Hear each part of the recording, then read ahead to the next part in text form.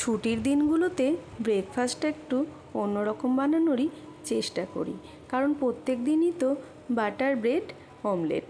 তাই ভাবি যে যেদিন ছুটি থাকে, সবাই যেহেতু বাড়িতে থাকে, তাই ভাবি অন্য কিছু বানাই। তাই আজকে বানিয়েছি রাধাবল্লভী, আর তার সাথে কালো জিরে দিয়ে সাদা আলুর তরকারি, যেটা বাড়ির সকলেরই ভীষণ প্রিয়। আর আছে সঙ্গে বোঁদে। আর কি চাই, দারুণ জমে গেছে পুরো। আর এই রাধাবল্লভী বানানোর জন্য খুব একটা খাটুনিও নেই, খুব তাড়াতাড়ি হয়ে যায়।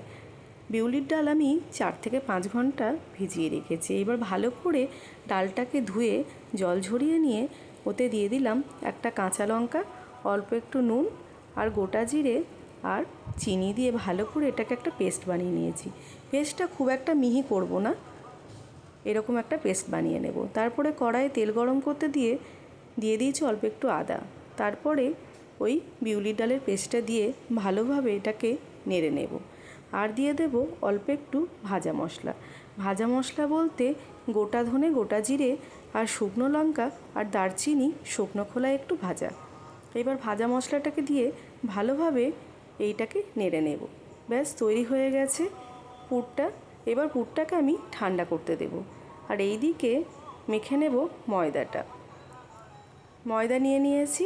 এইবার এতে দিয়ে দেব অল্প একটু চিনি, অল্প একটু নুন আর জোয়ান আর বেশ খানিকটা সাদা তেল।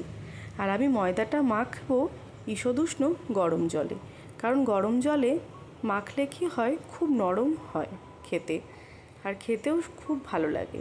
তো আপনারা যখনই লুচি বা এরকম রাধাবল্লভী বা কচুরি বানাবেন, তখন অবশ্যই ঈষদুষ্ণ গরম জলে ময়দা মাখবেন, দেখবেন খুব ভালো হবে। এইবার অল্প অল্প জল নিয়ে ভালোভাবে ময়দাটাকে মেখে নিতে হবে। দেখুন ময়দা আমার মাখা হয়ে গেছে, এদিকে পুরটাও ঠান্ডা হয়ে গেছে। এইবার আমি ময়দাটা লেচি করে পুরটা এটাতে ভরে নেব। ময়দাটাকে এরকম করে বাটির মতো করে এইবার এতে পুরটা দিয়ে দিলাম।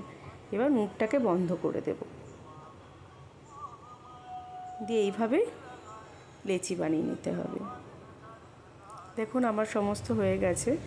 এইবার এগুলোকে আমি বেলে নেব।